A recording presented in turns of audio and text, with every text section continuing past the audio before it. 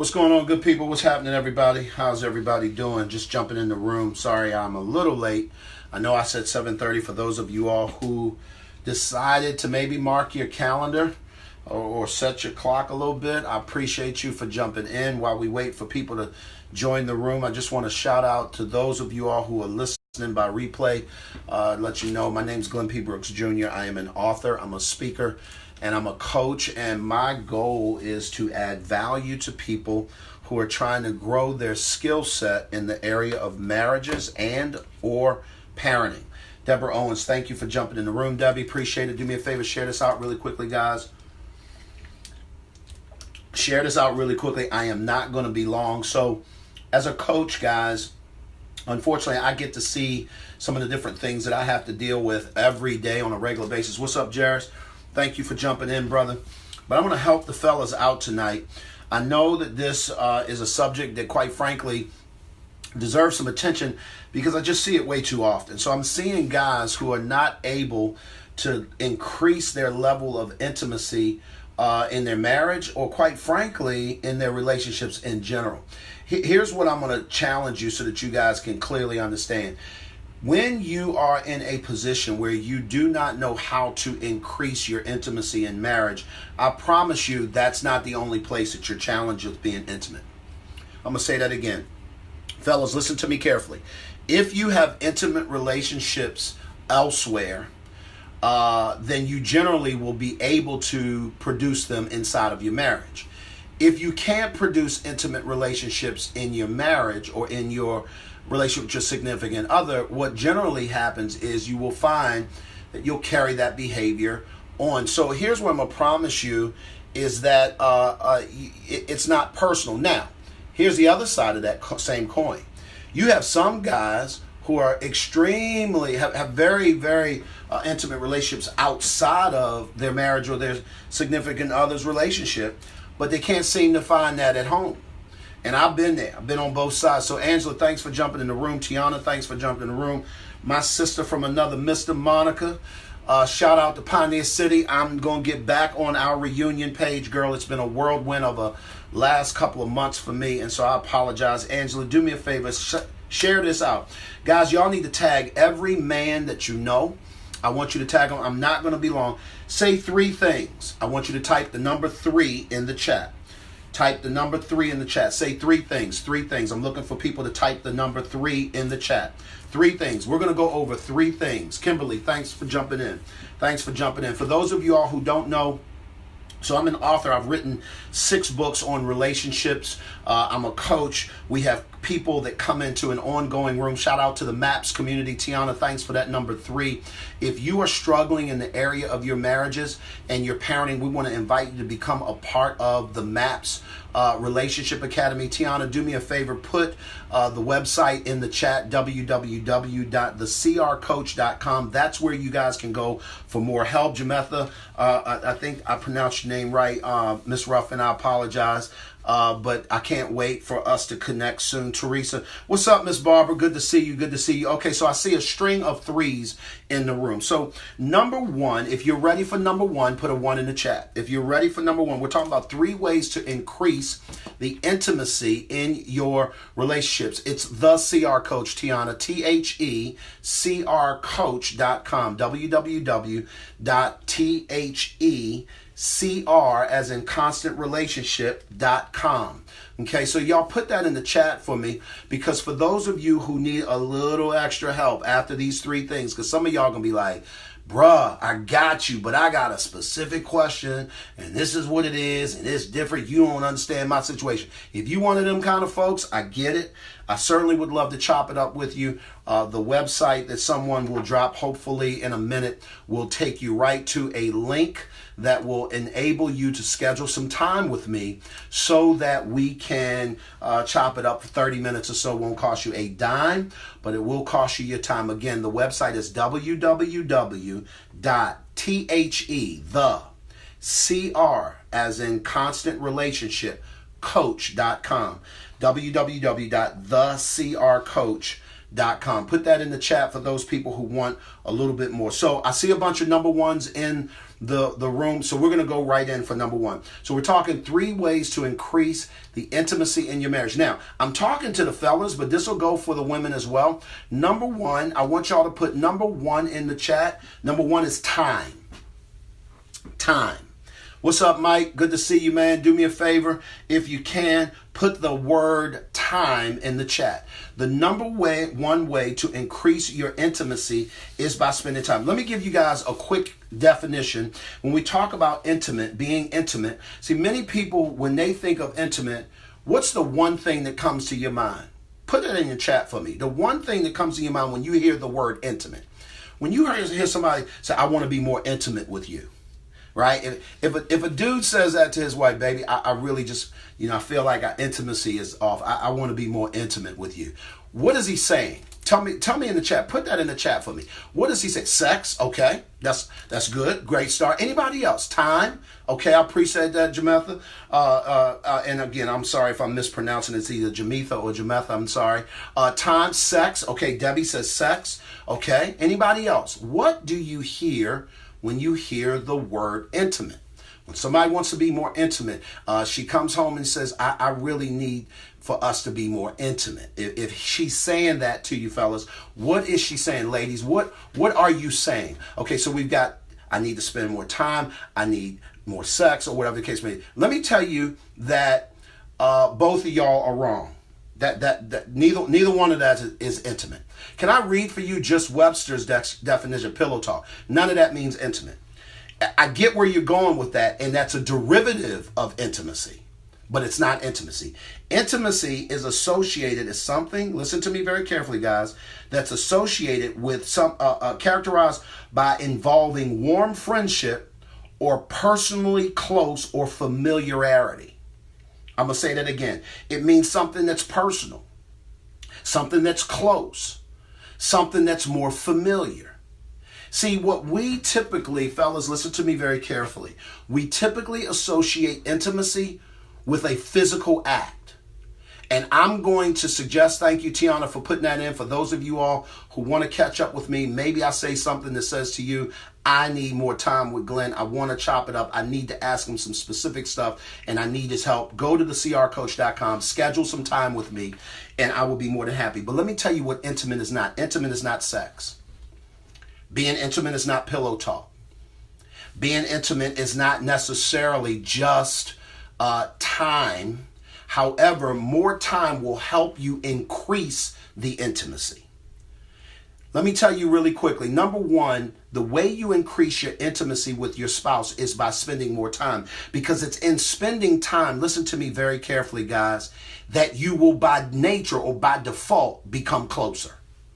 I'm going to say that again. Even for my love languages, people, if you've ever taken the 5 love languages, right? And maybe your love language, the way you speak love is literally through quality time. I'm going to submit to you that relationships grow whenever you spend time. The intimacy, the closeness, the personal closeness, the association you get by being in the same space is increased by spending time. So I want to be very careful with these words, and I need y'all to hear me. Intimacy itself is not time. Time is birth out of being intimate. In other words, time it becomes a byproduct. When you spend time, you're going to get close, and when you get close, you're going to have to spend time. They almost are one and the same. Number 2, put a number 2 in the chat if you're ready for number 2, because I'm not going to be all night. I'm not going to be all night. Give me a number 2 in the chat if you're ready for number 2. So number 1, we said in order to increase your intimacy, you have to spend more time. But I want you to understand that time itself is not the intimacy. You're spending time to get closeness. Let me say it that way. The reason why I'm going to give you time is because time buys me closeness.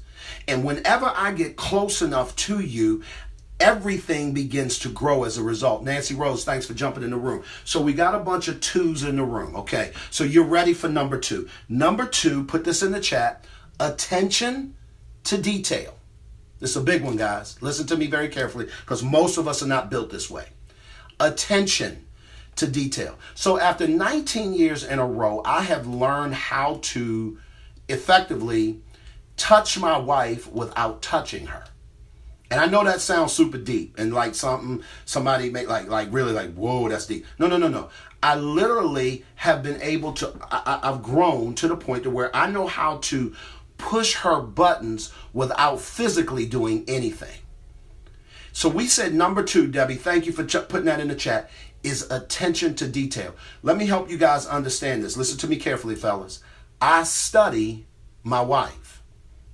She's someone I study. Let me tell y'all what I know about attention to detail. When I pay attention to something long enough, I'm going to know everything there is to know about it. See, we can pay attention to our cars. We can pay attention to our bank accounts. That's why you know before you spend the money, you ain't got it. You already know it. I mean, how many of y'all have swiped the card and you praying it go through because you know ain't nothing in there, right? So you know what's in there. You know what's not in there, but you swipe it anyway because you hoping and wishing and praying it go through because I need this gas, right? Well, here's what I know. When you study anything long enough, you begin to understand how it's put together, how it's made, how it ticks, and here's the problem. Most of us don't care to study one another. So that's why number 2 generally doesn't work. You're not going to pay attention to detail to something you don't want to find out more about. I'm going to say it again. Fellas, listen, this is how I used to screw this up on a regular basis. The truth of the matter was I didn't want to know more about my wife. I was married for 12 years prior to Sheree. And I can promise you, I never did this one. Number 2, I never did. Because in the recesses of my heart, I really did not care too much about what was there. I just wanted what I wanted. And that really brings me to number 3. Say number 3. This ain't going to be long.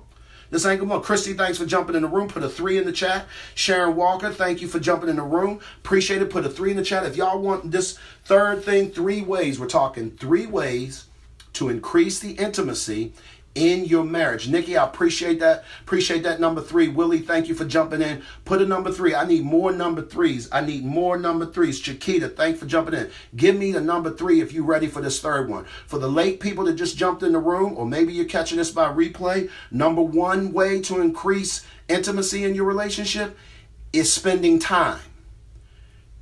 Hands down, the easiest way to get close. We said intimacy was the act of becoming closer. It's not sex. It's not actually time. It's the idea of being close. So when you do number 1, you spend time, you get intimacy, if that makes any sense. Number 2, we said, is your attention to detail. In order for you to get out of something what you need to get out of it, you have to know how it ticks, how it's made up. You have to understand it. See, I know how my wife thinks. I know her behaviors. I know what she likes, what she doesn't like. So it's easy for me to get close to her because I know where she is at all times, for the most part. Emotionally, I pretty much know where my wife is. So when I'm moving in close, it's very intentional. Does that make sense? When I'm trying to spend more time, it's intentional. I'm going somewhere. I want us to be close. Number 3 is selflessness. And that brings me to number 3. Selflessness. When you implore selflessness and you make the relationship about the other one, and I'm going to caution you and tell you what I'm not saying. It is not your job to make another person happy. That's not my job. Being happy falls on the emotional spectrum, and the truth of the matter is that I'm not responsible for my wife's emotions. I'm not responsible for her happiness.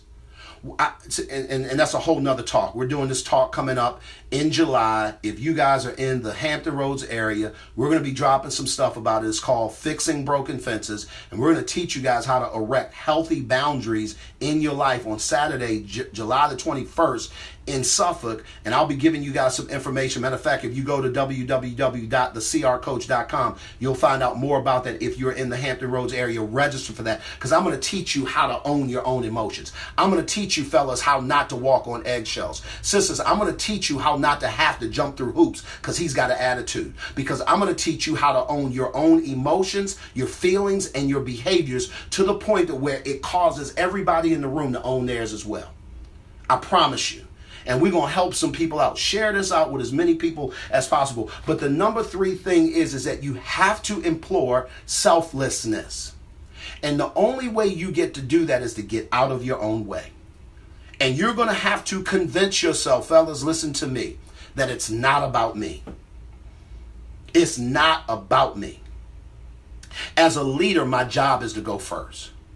And so if I want something to happen in my house, I have to first become it so that I can model it and so that I can put it on display that this is what right looks like.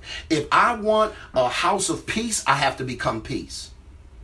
If I want a house of cooperation, I have to become cooperation. I have to get out of my own way, become selfless, and as the leader, I have to go first. And when I go first, what happens is almost all the time, people generally will follow you. See, here's why I know that to be true, because they're already following you. You come in the house angry, pissed off, and mad, guess what? It upsets the rhythm of the whole house. Am I right? Give me a thumbs up if I'm right. Heart it up if I'm right. You come in, you're pissed off, you're angry, you're bothered. And when you come in the room, the whole house begins to get a little uptight and everybody's kind of trying to figure out where their space is, fellas, when you come in the door. That's because people are following your lead. What up, Joe? Good to see you in the room, bro. I appreciate the heart. For the 2 people that liked that up and got that, I appreciate you. Y'all need to hear me. Men, listen to me carefully. What I want, I become. So that when I become it, it becomes what they see. And now it makes it easy for them to duplicate what they see. Children do what they see, not what they hear. So when you want your children to become something, or you want them to begin to switch their behaviors up, you become those things in your as an individual. And I promise you, by default, you model that. And now at this particular point, they have almost no choice but to become what it is that you're doing. I'll give you a quick example. So if I am the person that creates conversation and I am the person that's approachable, I generally am going to have approachable kids. When you find children that are really, really, really comfortable in their own skin, not really little ones, because all of them are like that, but I'm talking about teenagers. When you start adolescent and teenage, when you find teenagers that are super vocal and super friendly, I promise you that's being modeled to them somewhere. But if you also find those adolescents and teenagers that are super closed off and walled off, I promise that's being modeled. Not always the parents, but a lot of times they're bringing that from somewhere. Guys, at the end of the day, if you want to increase your ways to become more and more intimate with your spouse, listen to me carefully. Number 1, you have to spend time. And I'm going to say, somebody, I can almost hear it in my ear, well, should I spend quality time or quantity time? I'm going to tell you, do both. There are seasons that you can spend quality time, so do that. But then there are seasons where you have nothing but time and you can spend quantity time, so do that. Depending on your ebb and flow of your life, I want you to do both and not either or. Number 2, you have to get to the place to where you pay attention to detail. Now, I'm going to tell you, for some of us, that's hard.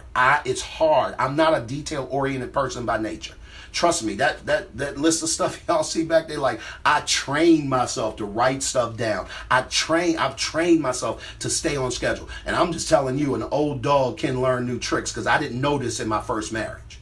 I didn't do this kind of stuff when I was married before. That's why I was married before. Hello. You get what I'm saying? It's why it ended. And so I thank God, because my ex-wife, I like to refer to her as my co-parent, as my friend. We're friends now. The truth of the matter is that she would attest. Now, I wasn't this guy. And the reason why is because I had to learn, I had to be trained, and I had to grow into who it was I wanted to be. Absolutely. It took practice, but it took practicing the right things. And unfortunately, Joe, a lot of times, and I know I'm not talking to you specifically, but there are many people that if we're practicing the wrong thing, we're just going to become good at doing it wrong. I practiced the wrong thing for the first 12 years of my marriage. But when I got to the place where I woke up and I understood, wait a minute, I'm doing something wrong. I was sincere, but I was sincerely wrong. and it wasn't working. So I just want to encourage you guys. Number 3 is selflessness. If you need help, if you need somebody to talk to, if you're trying to figure out how do I navigate this space in my parenting, in my marriages, I would love to set up a one-on-one 30-minute free consultation. I'm going to sit down, I'm going to chop it up with you. I'm going to just figure out where you at, where you want to be, and how can I help build a bridge to get you there. As a coach, that's what I do. Let me just say this last thing. As an author, my job is to educate you. As a speaker, my job is to inspire you. But as a coach, my job is to create a game plan for you to execute. And then therefore, when you do that, my job becomes to hold you accountable to carrying that out so it takes you from where you are to where you want to be. My name's Glenn P. Brooks Jr. I'm an author, I'm a speaker, I'm a coach. Leah, thank you for jumping in. All of those that jumped in late. DeAndre, what's up, bro? Thank you for jumping in. Y'all do me a favor. Go back, check out the replay, check out the replay, and do me a favor. Don't be selfish. Share it, because at the end of the day, hashtag, we all need some help. Y'all be good. We'll talk soon.